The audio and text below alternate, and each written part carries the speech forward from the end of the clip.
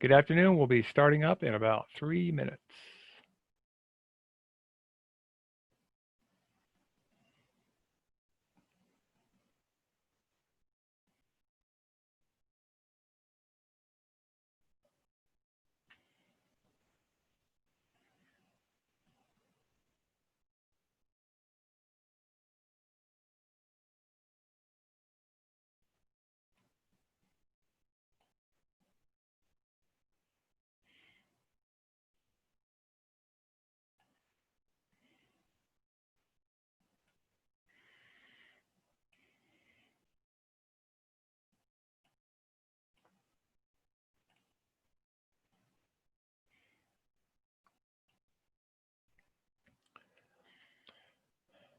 Good afternoon. We'll be starting up in about 2 minutes.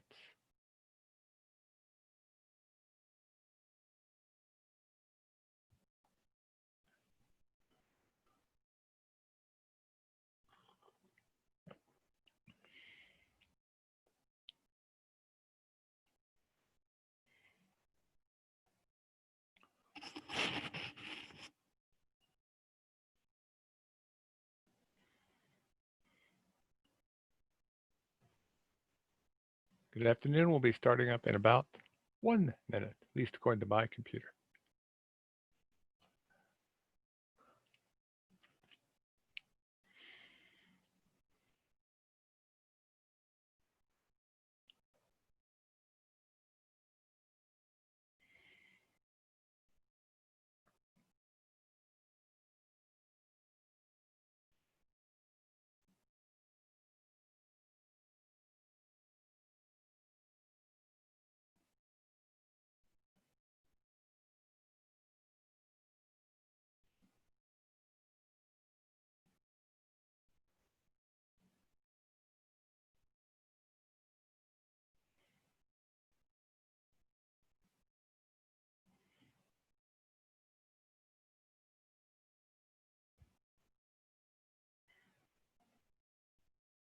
So good afternoon and welcome to our last Tuesday afternoon webinar, but we're going to be continuing webinars into the summer. I'll let you know more details at the end of the hour. My name is David Orr. I'm the director here at the Cornell Local Roads Program, the New York State LTAP Center, and we'll see if my computer is going to say hello and we'll get started for the day. Today's session is on steps of pedestrian safety in a distracted age. Before we get going too far, a couple of things, reminders. For those who haven't been on one of our sessions before, the chat pod has been disabled. You are able to raise your hand. If you answering some questions, I'll have you raise your hand as we get the feedback from everybody. And you can send questions in via the Q&A box. I don't know if we're on Facebook Live. I'll send a message to my cohorts behind the scenes and confirm that for us as we do our first poll question here in just a sec. And see if my mouse is going to say hello today. This is worth one professional development hour here in New York State. It's only the person registered who can get that, and it is counted as a course. What needs to happen is after this session, you'll get a certificate of attendance if you stay for 3/4 of the session. And if you stay for at least 90%, send us that certificate. We'll get your professional development hour valid here in New York State. For other states, you're going to need to check with your LTAP center within your state if you do need to have that. Now, before we get going, I'm going to launch the polling. And yes, we are live on Facebook. So if you have a question on Facebook, put it in there as well, and we'll get them transferred over and get them answered. So here's the poll. How many folks at your site? Who do you work for? And how long have you been at your job? This is something we've been doing each poll just to help us out. It helps me figure out what questions we're going to try to answer.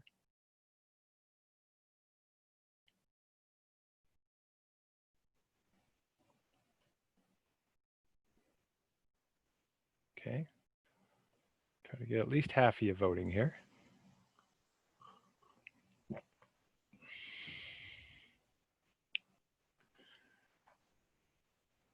Okay.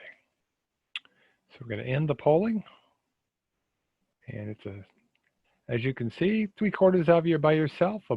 The rest of you are 10 or more, hopefully in a big room, sharing a viewing party kind of thing. 2/3 work for local governments. And there's one honest person you're working for the weekend. How long have you been at your job? Quite a variety. We have a couple of new, almost half, 1 to 4, and then a bunch greater than 10. Okay. Oh, I need to share those results. It's always that extra button. So there's the results for those who care. Okay. Stop sharing those, get the poll out of the way. Okay, so we want to do a session that was more on the urban side of the house, just so that we were all seeing those things. So we've done some sessions on pedestrian safety in the past, and also our colleague, Tim Colling out of the Michigan Technological University, which is the LTEP Center in New York State, had done a session as well. So we traded materials back and forth to do a session on pedestrian safety.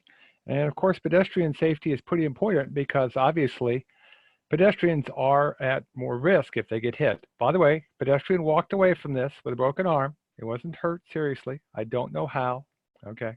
But that's a case of two wrongs not making a right. The person went through a red light and the pedestrian was going against the pedestrian symbol. But obviously there's an issue there. So what I want to talk about today, we're going to talk a little bit about crash factors, what causes crashes.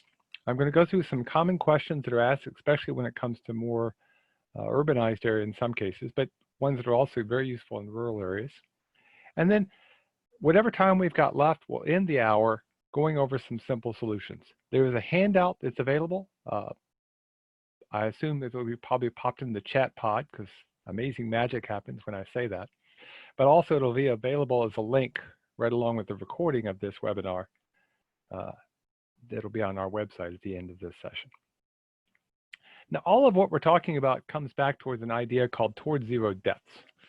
This is a movement nationally to try to reduce the number of fatalities on our road system from 30,000 plus down to 0. Now, there are people who could say, well, we will never get there, but it is a goal that we should all have to get to 0. Vision Zero is a term you may have heard, in fact, and that's what they use in New York City, but it's all the same concept. Everybody should walk home every day. Now, you may have learned the term accidents. I learned the term accidents when I was in college, but really we want to call them crashes. And as a reminder on why, little ones like in the picture, they have accidents. We know who's at fault, okay? A crash is an event. We can worry about blame later on, but if we're so focused on who's at fault, we may not focus on figuring out how to keep it from happening again. So keep that in mind. We want to focus and we call them crashes. Now, what's going to cause crashes? What do we have to worry about? Well, we have to worry about the probability of the crash actually occurring, the severity of the crash, and the exposure.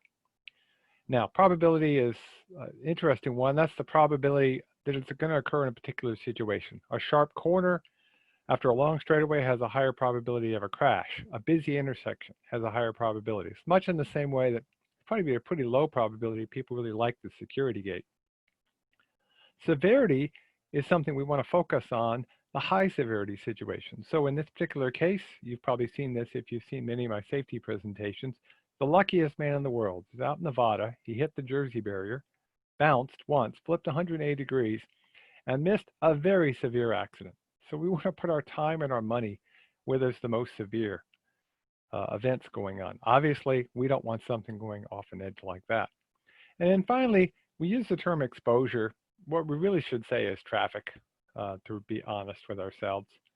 So I'm going to have you ask, which do you think is the place that has a higher traffic level, the one on the left or the one on the right? You can put it in the question and answer pod. Just tell me the left or on the right.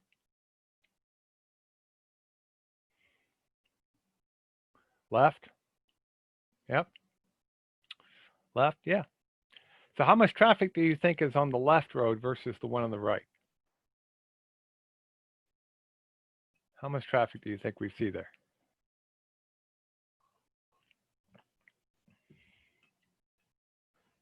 No wrong answers. I happen to know the results, but that's because I got it off the DOT's traffic safety viewer.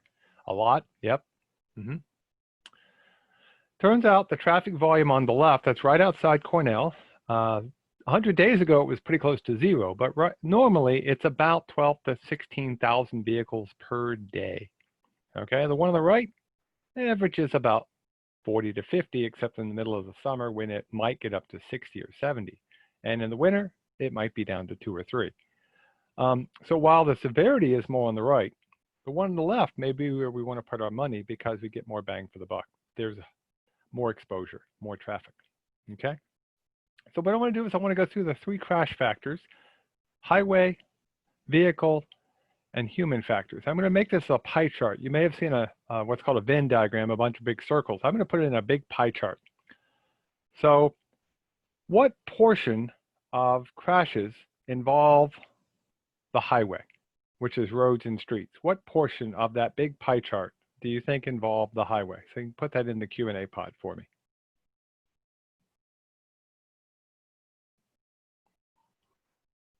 10%, 10%, okay. Got a couple more, 20, 25, 5%. The highway is a factor. We can concentrate and work on the highway some, but let's look at the different factors, okay? So it turns out, if you look at just the highway by itself, no other factors, it's only about 3%. But if you look at the highway and the human, say for instance, you've got a slippery road and a person going too fast, that would be a combination.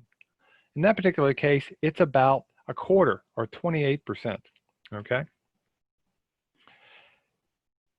If you look at just the humans by themselves, well, as you might guess, it's almost 60%. Most crashes, there's a human involved. Vehicles and humans, about 6%. That might be a case, for instance, where, again, person going too fast on bald tires. Vehicle by itself, everything else is good, but the vehicle has a problem, is 3%, and then sometimes vehicle highway, 1%, and everything gets involved about 3% of the time. The key here is we've got to think about the humans when it comes to crashes. While we can concentrate and work on the highway, maybe make the infrastructure better, maybe improve sight distance, maybe make curves flatter, we also have to think about the fact that the human is involved over 90% of the time. And those data haven't changed, okay? In decades, they haven't changed. So keep that in mind as we move forward, talking about pedestrian safety. Now, just as a reminder on the highway, these are things like curbs and how smooth the surface is, where the utility poles, all those kind of things come into the highway. And the vehicle, you know, we've got the Ford Pinto and the Corvair and vehicles like that that were considered very dangerous. Traffic vehicles have gotten a lot better, but obviously they still have to be maintained. In fact, this is why Google's gotten involved, and Elon Musk and all these other companies trying to develop self-driving vehicles, because we're trying to take the human factor out if we can. But again, the vehicle still has to be maintained. The vehicle still has to do its job. So what I want to talk about is human factors for a little bit. And human factors comes down to 3 things. There's 4 things, excuse me: expectation, attention, vision, and reaction. And remember, at the end of the day, perception is reality. And when it comes to distracted driving, it's not just the driver, but it's the pedestrian as well that might get distracted. In fact, this sign here that you saw at the beginning, and I'm showing it again, is actually from, I think it's Belgium. It's in Northern Europe. And I don't know whether it was put up to warn drivers that there are people walking without looking, or whether it's to warn the people walking without looking that they need to look. But the key is perception is reality. So if you saw our sign webinar earlier, you've probably already seen this question or heard this question, but what's the most important sign in this particular photograph? What's the most important sign in this particular photograph? Put it in the Q&A pod for me.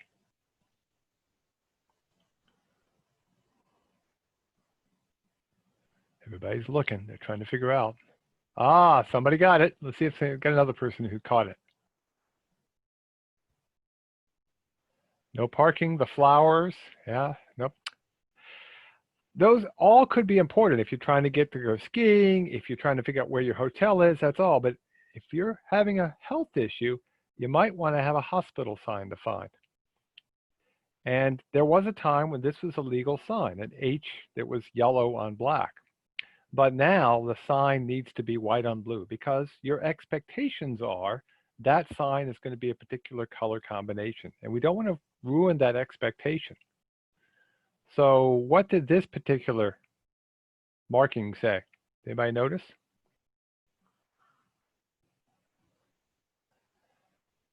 Nobody caught it. That's the point. It's easy to get distracted. Ah, somebody got it. Ah, somebody even spelled it the way they spelled it. Yes, it's the Shaquille. It's Shaquille O'Neal's kids go there, we think. We'll see if the computer's going to say hello to me this afternoon. There it is, Shaquille. Okay, so keep that in mind. Now, I've got 1 hour, and video feeds and I are fighting each other, so I'm not going to do some of my attention span theater stuff, but we'll have to play that by ear a little bit. And yes, there seems to be a lot of delay today. I don't know why. I'll blame somebody. Hope the internet works better for me, but we'll see. So we're going to skip the awareness test today, but I do want to remind you that it's easy to get distracted. It's easy to have your vision out of sorts. And eyesight makes a difference, okay? And then finally, there's the reaction time. Now, we all talked about stopping sight distance. There's perception reaction distance that's involved. There's also stopping distance with your brakes. Hopefully you've got good brakes. But this is the distance from when you actually see an object until you stop, okay? That's a pretty important number to keep in mind. And got to think about reaction time. You want to be able to stop before you create a crash.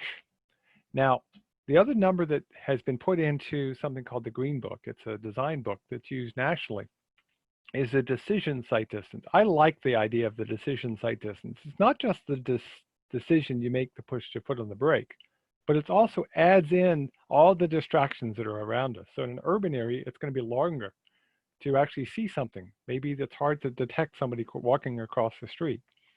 So going further, looking further down the road or down the street to make sure we have our problem solved is pretty important, okay? I'm going to take a risk on this next one because this video is worthwhile. It's part of a Glee ad. I'm not going to do the video sound for you, so we'll just live with it. It's about cell phone and texting, okay? It's 5 seconds that you lost if you're texting. So do me a favor, put the cell phone down, please, okay? Today was my first day for a field trip since all this COVID stuff started. When I needed to talk to the highway superintendent, I either had my hands free or better yet, stopped. Put the cell phone down, please, okay? We all want to walk and get home, okay? And there could be some close calls out there, so keep that in mind. Now, some of the things we're going to talk about that our friend Tim Colling out of Michigan had found was a book put out by the Minnesota Local Roads Research Board, which is affiliated with the LTAP Center in Minnesota, on addressing citizens' requests for traffic safety concerns. So we're going to go through some of those, but all the things you can find all come back to one factor, and that's communication. Communication is the single most important thing we can work on. The better our communications, the better off we're all going to be. So keep that in mind. When we find a safety problem, we have to identify it. We have to evaluate whether there's an issue to fix. We have to respond. That may mean we do nothing, okay? We may not take any action, but you still need to respond back to the person with a request to say we're not taking action and why. And then do me a favor, and this is the step that I wish we would do more often. We don't do it enough, and that's reevaluate. Go back and look at your particular problem and see, hey, did I pick a good solution? When you put up a stop sign, go back and check, did it actually do what we thought it was going to do, or did it make the problem worse? Is the timing on my light sequence in the right order? Is it got enough time to cross the road safely? If I put in a safety edge on my pavement, is it doing what I want it to do? You have to go back and reevaluate because things do change, okay? So please do that. Keep that cycle in mind.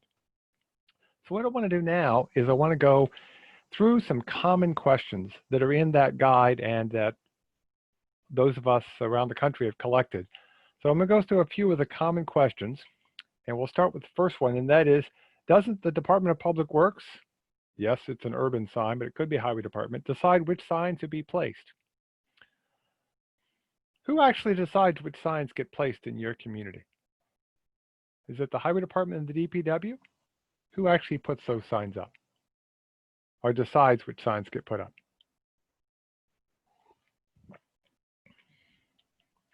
Put that answer in the Q&A pod if you would, please. Well, you follow the MUTCD, yeah. The traffic board might decide, and then it gets installed. The owner of the road might decide, okay?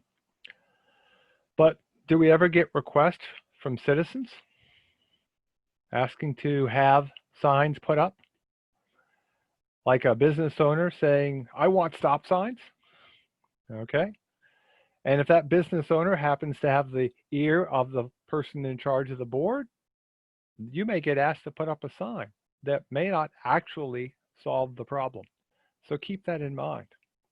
Part of the problem is there's a social aspect of traffic safety. We've already talked about the fact we all want to get home. And, like it or not, elected officials are problem solvers. It's the nature of the beast. So they pick up the phone and somebody calls, and while they should go through the county and the town board and the highway department, they may not. They may call directly to the board or to the mayor in a village, okay? But there's a counterintuitive nature of traffic safety. Sometimes the solutions aren't what people think, okay? We actually know that sometimes the solutions make problems worse. There's a counterintuitive nature there. But the public, again, might go to the board first because the public has a stake in the roadways. And it's a balancing act, okay? Now, when I was in school, I was taught the 3 E's. Now we have the 4 E's, though recently I see they're actually going back to just the 3 E's. The first 3 E's are engineering, education, and enforcement, okay? The 4th E that got added over time, there's lots of different choices, but the 4th E over time was emergency services, okay? Why would emergency services be important from traffic safety standpoint? Why is that one of the 4 E's for traffic safety? What do you think?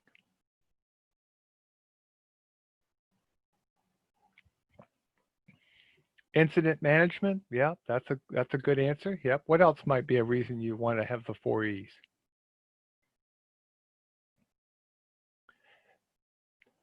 Yeah, safety, especially in rural areas. Yeah, availability. I was out today in a rural area not too far here from Ithaca. It was a short day trip, which is what I'm allowed to do.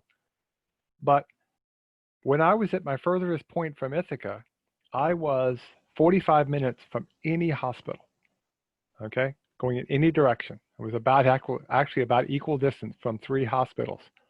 So if they have to send an ambulance out to a crash and they have to drive it back, that's an hour and a half. And one of the roads we looked at today actually had had a fatality the day before on the parallel state highway. And there were actually detouring vehicles on the road we were looking at. So to get there and get back is an hour and a half. And we hear something, the golden hour. You want to get to people as quickly as possible. And golden hour isn't a golden hour. It's really get to them as quickly as possible and get them medical care. And so emergency services is part of it. And in an urban area, while you might have a hospital closer, if it's busy, wrong time of day, that can be difficult. Interestingly enough, when they move forward, the idea is not to get rid of emergency services, but they're actually thinking about getting rid of enforcement. See if my pen works. Nope, my pen's going to decide to be a, get this working here. Here we go. They're trying to get rid of enforcement. Why would they drop enforcement from the 4 E's? Why? What do you think the argument is for getting rid of enforcement as one of the items around highway safety? There's a method behind their madness, but there's a reason for that. Why do you think they're thinking enforcement may not be the be-all to end-all?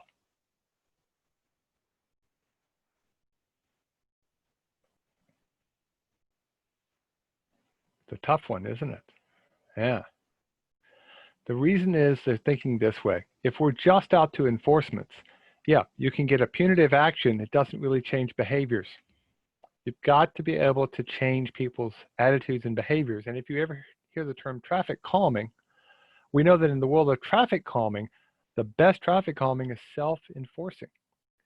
And then there's a second problem. Like it or not, a lot of municipalities, they put their people out doing road patrols where they can gain the most revenue. Hopefully not in your municipality, but we've all seen it happen. That may not be the place where there's the most safety issues.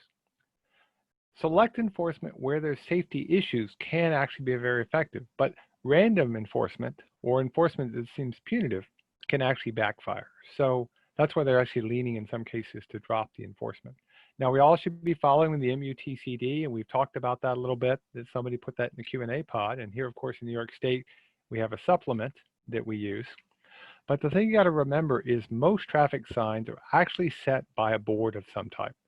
A traffic board, the elected board, and most of the time the DPWs and the highway departments are actually dealing with those regulations in one form or another. So it's something to keep in mind. Now, another question that comes up quite often is, why do we need expensive changes on that road? It's always been that way. I hear that one quite often. And if there's not a safety issue, yeah, that might be okay, but not always true. And by the way, we always think of these kind of problems. What's the problem at this particular intersection? What do we see here as an issue?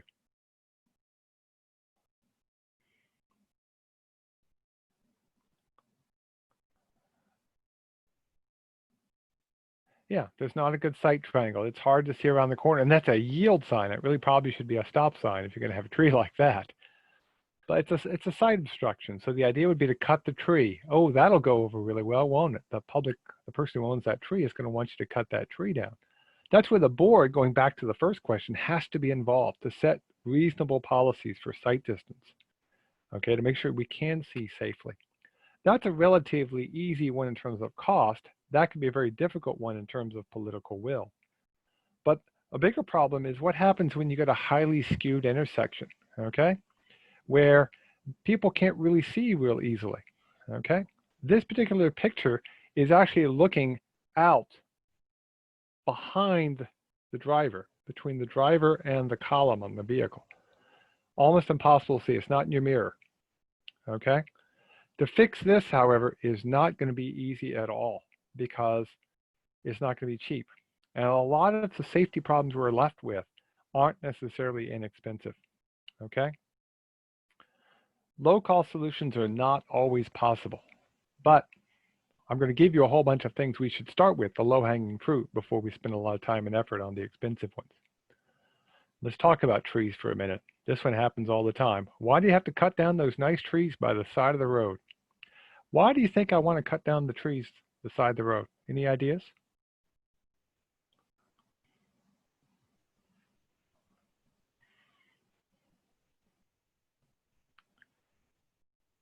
Well, I can tell you this much. I don't.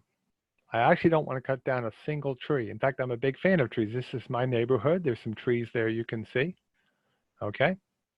And this is trees that grow out in front of our building, okay, where I work. Beautiful trees. I'm a big fan of trees, okay, in the right location. They're actually good for the environment. They're actually good for our public health. But a tree next to the highway can be an issue. We have to keep that in mind, okay? Once you get a tree hit, well, just continuing to put barrels and barricades up around it, not only is an issue of safety, but also is an issue of liability, okay? Trees are not real forgiving. So quickly, okay, I'm going to put a poll question up. I'm going to ask you which way you should go, okay? Which way would you go, left or right? I'm going to launch the polling. Which way would you go, left or right?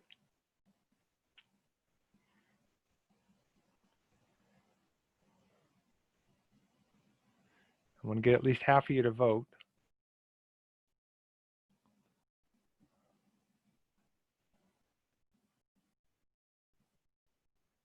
Okay, somebody typed in rights. We got a bunch of rights there. Okay, I'm going to end the polling. I'm going to share the results. And 7 of you would go right, 5 of you would go left. What's the danger of going to the left?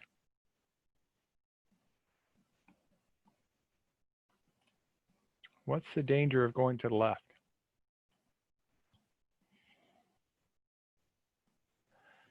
There are some trees, but they're behind the ditch line. You might not actually get that far. Tree in the berm, yeah, there's a ditch there. Why would most people not go to the left unless you're Australia? If there's a vehicle coming at you, where do you go? So our natural inclination is to go to the right. But I wouldn't want to go to the right here. I'd be a little bit nervous about that. Okay? Because what do you notice in the grass?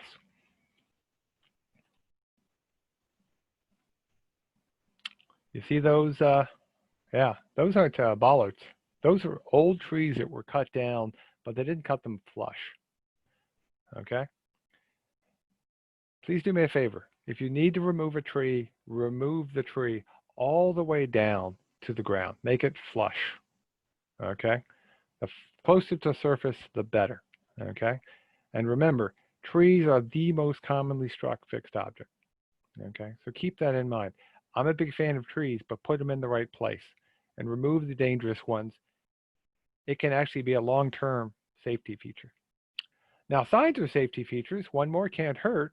Sure, right, yeah. Well, remember, signs have a purpose. They're saying to you, hey, what are you doing? Okay? And they're trying to remind you of what you should be doing into the future. So keep that in mind. Signs are just a safety feature. Adding an extra sign may not do what you want it to do. Okay? Signs should always fulfill a need. They should command attention, convey a clear, simple meaning, command respect, and give you time for a response so that you actually know what's going on. Okay? We're not big fans of the Children at Play sign. It's in a lot of state manuals. Why are we not fans of the Children at Play sign? Why is it not in the National MUTCD? Why do you think Children at Play is not in the National Sign Manual?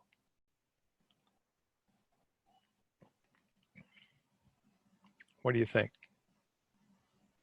It's a false sense of security, gets disregarded. What do you do? That's one of the biggest challenges with the signs is, what is the clear meaning? If you see a sign, are you supposed to go faster, slower? What are you supposed to do? It's not a clear message. And people have enough distractions as it is. We want to keep things simple, okay? When I worked for Yates County over in the Finger Lakes, I used to get lots of requests for Children at Play signs. We didn't put them up unless the board put it in writing, says you got to put up a Children at Play sign. What we did do instead, a couple of times, we talked to the people who lived there and we said, well, why don't you take your old big wheel that the kids have and put the big wheel out on the shoulder, okay, when the kids are playing. Make sure you pick that big wheel up when they're done, because if you don't, instead of being a house where, hey, the big wheel's out, the kids might be playing, it's going to become, you need to go down to where the big wheel sits on the side of the road. So like work zones, good signage can actually be something that's changeable. So you get people taught, hey, I got to slow down now. People who aren't going to slow down with a sign or with a big wheel aren't going to slow down anyway. So there's no point in putting up a sign for those folks. Because remember, signs communicate regulations, warnings, and information. They can also communicate that we can't move a stick, that we have slow children on our own roads, and we don't know where we're going. And of course, this is one from our friends in Michigan, just for fun. Okay, and yes, this is a town in Michigan. Okay. But remember, good signs work. Poor signs can actually make things worse. Well, people drive too fast on this road. Why don't we just change the speed limit? Who sets the speed limit? Who sets the speed limit? Put that in the Q&A pod for me.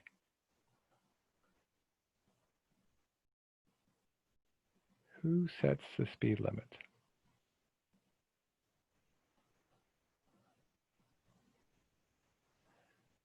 It varies, doesn't it?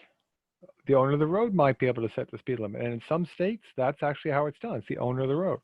Not here in New York. It depends. Yeah, here in New York State, it depends. If you're a town, certain size towns, okay, and certain population towns, subdivision towns, things like that, the board can do it. But if it's a county or town that's small, it's actually set by the Department of Transportation via a process, Okay? Villages and cities can set their own speed limits. But whoever sets the speed limit, keep something in mind. We're going to show you a chart. Now, this is a chart that's sort of a bell curve. You've all seen bell curves before. This is a bell curve. Number of vehicles is on the y-axis going up and down, and the speed is the x-axis going along the bottom. And if you look at it, it's not perfectly like this, but if you think about it, very few vehicles are going really, really slow. A few vehicles are going very, very fast, and there's some midpoint where half the people are going above that speed or below it. That's the 50th percentile. Okay? Now, if you take that same chart and your same speeds and you look at the crash risk, this is the probability of a crash occurring in a particular configuration. It turns out you can actually study it and find the lowest crash risk is somewhat above 50th percentile, but it's not that much higher. It's about the 85th percentile in terms of the speeds people are traveling. And so what it says is the lowest crash risk is actually a little above 50%. People self-regulate themselves to low crash risk. So combining those two curves together, what you find is you've got a few folks out here who are just going too fast. Okay? They actually have more crash risk because they're going too fast. You get other people who are driving too slow, they actually have a crash risk as well. The lowest crash risk is actually about this 85th percentile range, and people tend to drive based upon that kind of feeling more than anything else. Drivers select the speed regardless of the speed limit, okay? So just think about the next time you're on a road that doesn't have a state speed limit or doesn't have the standard village of 30 miles an hour or something like that. Ask yourself, what speed were you actually driving? I bet you find you're driving a different speed, and especially in urban areas where there's different speed limits. People drive based on what they see around them. So the other thing people go is, well, we'll put up a stop sign instead. We'll just put up a stop sign. That'll slow people down, okay? Now, again, this is our colleagues out of Michigan. They shared this with us. This is actually a before and after study they did where they put a stop sign at Price, okay? So they put in a stop sign at Price. And before was the blue dashes, and you can see that people would slow down, surprisingly, even without a stop sign, to about 30 miles an hour. By the way, the speed limit was 25. After they put in the stop sign, the average speed only dropped to 10 miles an hour at the stop sign. So if the average speed is 10 miles an hour, think how many people are going through that. They're not stopping at all. They're not even slowing down. Because what people were doing is they were increasing their speeds a little bit to make up the time. Okay? And one of the most dangerous parts of a driving maneuver, remember we were talking about driver perception and distracted driving, the most dangerous times are these periods where we're accelerating and decelerating. A constant speed is actually a little easier to control. In fact, that's the idea behind good speed humps. Well, what we've done now is we've actually created 4 areas on this road where before we only had 3 that had that change of speed. Yeah, it was a little bit at the intersection, but not as much. So keep that in mind. Be very careful. Stop signs sound great, but they don't always do what people think they're going to do, okay? So unwarranted stop signs actually can reduce safety. So if signs don't work, what can you do? Well, we've already mentioned traffic calming, okay? There's an official definition from Institute of Transportation Engineers or traffic engineers. I like this definition. This is mine. It's my own personal one. Techniques to allow all users to share the road as safely and efficiently as possible. So as we're moving forward, as we're talking about safety, keep that in mind, okay? And then, of course, can include speed humps and speed bumps and diversions and chicanes and even roundabouts. Do me a favor, though. When you start thinking about traffic calming, look at your whole community, look at your whole area. If you're in a rural town, you can do traffic calming, but don't just fall in love with one thing. There's a whole catalog of good traffic calming measures that are available. There's the handout that goes with this particular webinar that's available, and as will be with the recording of this afterwards, actually has a link to the New York State Department of Transportation's chapter on traffic calming. And there's some really good resources in there. I would advise you to go look at them, especially the appendices, which actually have some pictures of examples from around the country of different traffic calming measures people have used. And you may actually find more of it than you think out there. For instance, I was up visiting one of the state university campuses over in Oneonta, and they have on-street parking. That's actually a form of traffic calming because people are moving in and out. And once you get used to it, you actually are more focused on the driving task than just getting speed, okay? But speed is not a direct measure of safety. So keep that in mind as we move forward. But, well, once my computer decides to catch up with me today, I'm going to show you 3 charts. I'm going to imagine someone in a vehicle and there's a collision with a pedestrian. Okay, they're going to hit at 20 miles an hour, 30 miles an hour, and 40 miles an hour. At 20 miles an hour, if that pedestrian gets hit, the chances of them essentially walking away with minor injuries or no injuries at all, that's the gray part of the pie chart. It's over half, okay? And only about 7% are killed, about a third are injured severely, okay? That's only at 20 miles an hour, and that's just for the average adult. That's not for pedestrians or much older people. But watch what happens at 30 miles an hour, okay? The number is much worse, okay?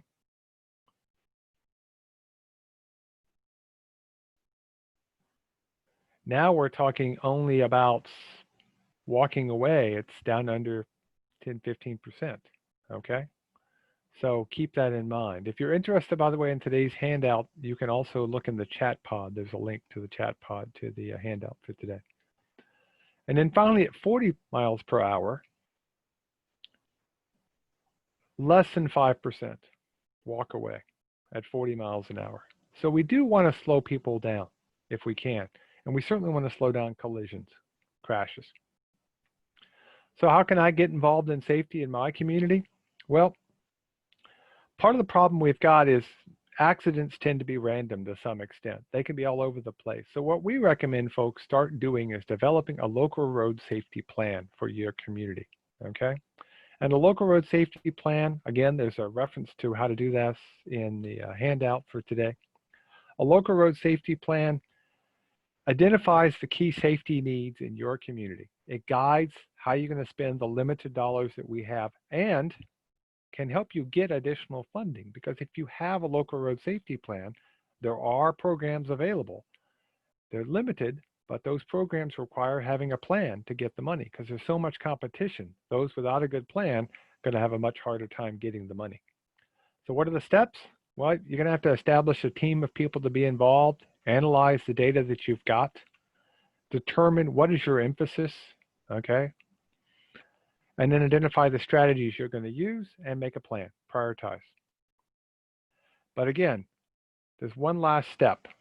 It's that same circle we both saw before. You got to evaluate and update your plan. You've got to go back and look at it again. A good plan is not a static thing you do this year and you don't come back to it. You got to keep coming back to it again and again and again. That's just the nature of the beast. By the way, let's see, evaluate, respond. Boy, this looks an awful lot like the circle we saw before, because it is. It almost always comes back in this big circle when it comes to safety. Now, I'm going to point out one thing. Everyday Counts is a federal initiative. It's got a whole bunch of different things in it, including GRS, IBS bridges, and virtual public meetings, which is something we might want to think about in today of COVID. But it has one in particular that's useful for today's webinar, and that is safe transportation for every pedestrian. Okay, so keep that in mind. There's tools out there, and again, there's links. In 2016, we had more fatalities than we'd seen since 1990 due to pedestrians. And here in New York State, we have a pedestrian safety action plan to try to reduce the number of fatalities. And some of the key findings and the thing to think about when it comes to pedestrians is there's certain factors that have come into play, and there's some things we don't necessarily like. So for instance, annually, 300 pedestrians are killed, and they're killed in rural areas as well as urban areas. While there's more fatalities in New York City and the urban areas, when there are pedestrians struck in the rural areas, they're more likely to be killed because of that speed issue. And 15,000 pedestrians were injured last year. And then this is, to me, the most sobering.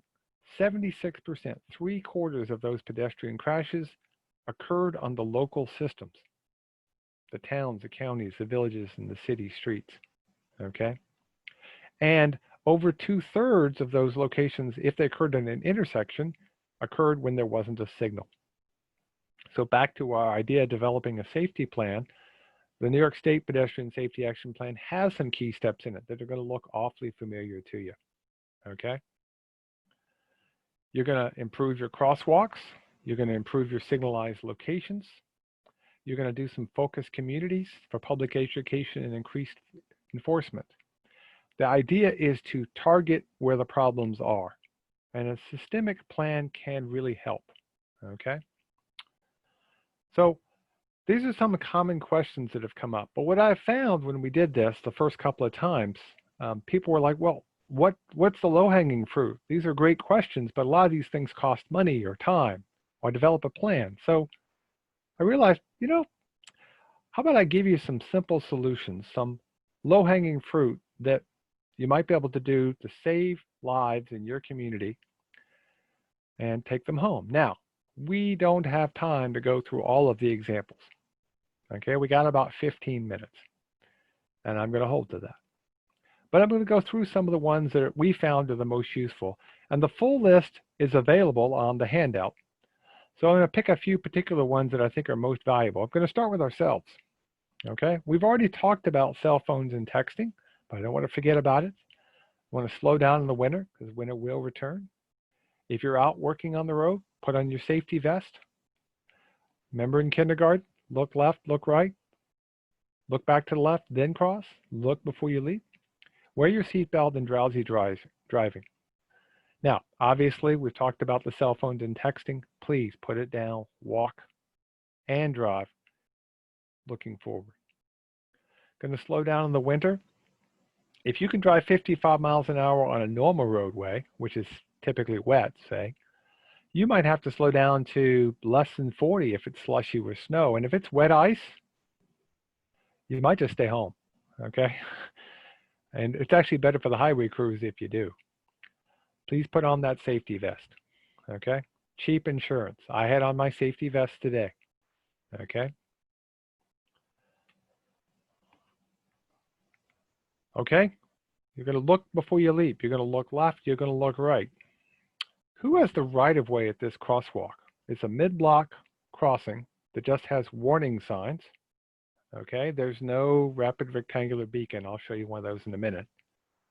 But who has the right-of-way here? I'm about to cross the street. The pedestrian?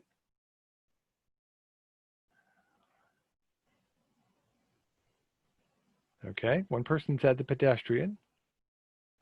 Everybody else, we're just going to guess.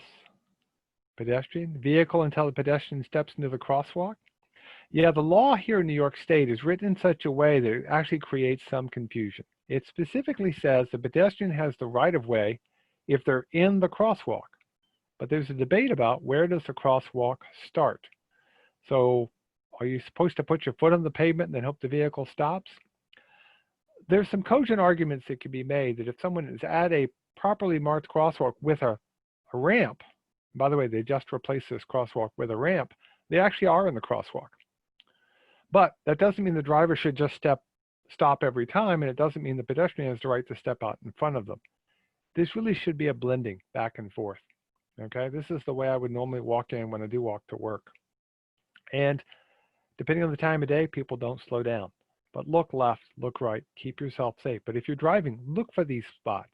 And as the highway agencies and public works departments, sign them well.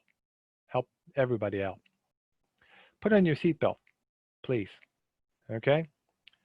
In 2011, 25% of the fatalities were people who were unrestrained. This is from the National Traffic Safety and Health Administration.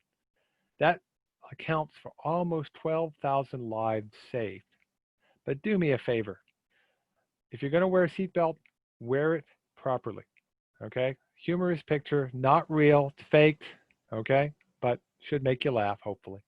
Okay? put the seatbelt on properly. Obviously, this little one needs to be in a proper car seat, a child carrier. Drowsy driving, if you're tired, you're almost like you're drunk, okay? It's very close in terms of how you behave, how you drive, and there's estimates 5,000 to 8,000 of our fatalities, that 30,000 fatalities, are due to drowsy driving, okay? So if you're tired, it's almost like you're drunk. So get your rest, drive safely, okay? Now, there's some work zone things we can talk about. Okay, work zones are part of the situation, whether you're in an urban area or a rural area. So keep that in mind. There's advanced signs, designing for the pedestrians. Okay, we did a webinar on that. The recording is available on the website if you're interested. But the two that I see the most commonly as I travel around. Number one is people don't put up enough advanced signs, and don't forget about the pedestrians. Okay? Advanced signs does not mean a piece of tape across the road in the middle of the night or a single bump sign. You got to have signs well in advance to give people time to respond. And if you're in an urban area, or even in an area where people are just walking, you know, if you're in a ski resort area, but you know people are there in the summer as well, where are they going to walk? You don't want them walking in the middle of the street. That's a safety issue. Don't close off the sidewalk, okay? Or this one, which you may have seen from my presentations before. Here's a classic one where they actually closed off both sides of the street with sidewalk work, and they told people to cross, okay? That's probably not the best choice. Do one at a time. Think about the pedestrians, think about the bicyclists, think about everybody using the roadway if you possibly can. And what I want to do now is I want to talk about some highway activities. Things we can do as highway, road, and street departments to improve traffic safety, specifically in this case for pedestrians and people who are going down our sidewalks, in some cases down our roadways. And there's a whole laundry list. I've got 10 minutes. I'm going to skip through a couple of these fairly quickly, but these are some ideas to think about. And some of them are pretty cheap, okay, and can do a lot to save a lot of lives.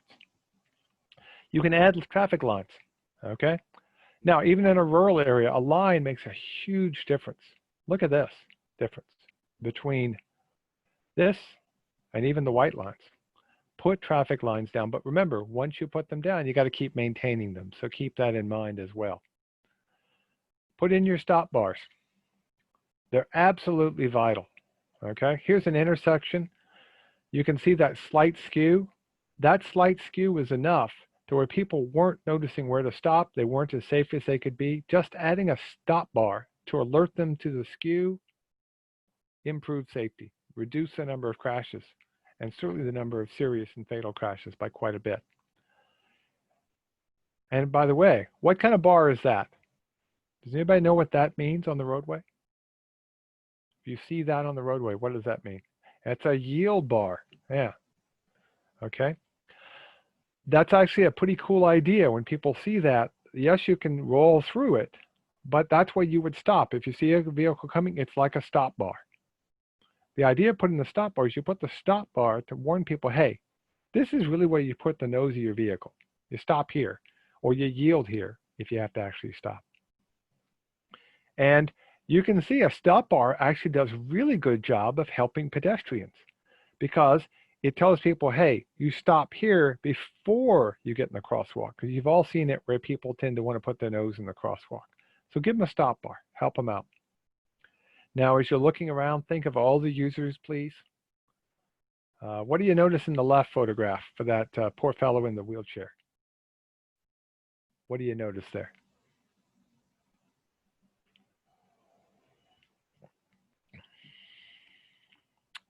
Yeah, there's no ramp on the other side. What's he going to do?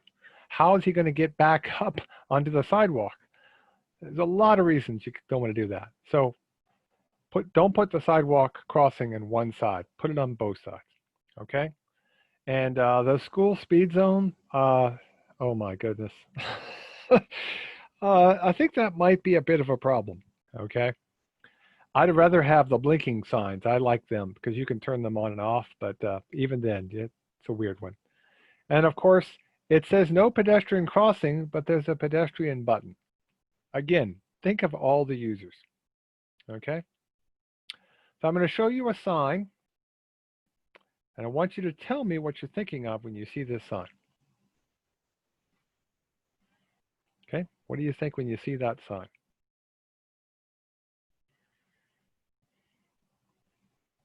Handicap. Yes, okay. What kind of person is handicapped? What kind of people fit that definition?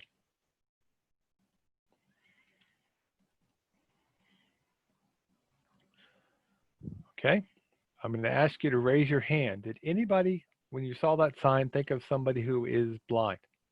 Raise your hand. Okay, did anybody think of somebody who is hard of hearing? How about somebody who needs a walker?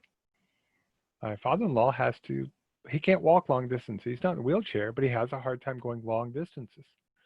Okay, did you think of somebody like this? Okay, so remember, there's expectations. The sign we are to use is actually this sign right here, the one on the right. Okay, the reason for that is it's a symbol. Okay, you'll see that on our handicapped things we hang on the mirror, but the official sign is the one on the right because it's just a symbol. But do me a favor, when you're even putting that symbol up, think of all people who might need it. Okay, because it's not just people who are in a wheelchair, it's all the people who are handicapped. And I'll tell you right now, if you could come up with a single symbol that would incorporate that, lots of people would actually be happy with it, because we probably could use one. I'm a big fan of crosswalks. I think they're really good, but a lot of people don't understand what they do. They help both the pedestrian and the driver. Okay, here's without, okay, and here's with. Look at the difference, how well it defines the intersection, tells the driver where to go, tells the pedestrian where to go. There's a lot of good reasons for it, okay? Here's another more rural or more less busy intersection, okay? So you can see there's a crosswalk across the street. Here in New York State, because I know some of you are from out of New York State, if I wanted to cross right here go straight across the street, is that a crosswalk or not in New York State? Yes or no?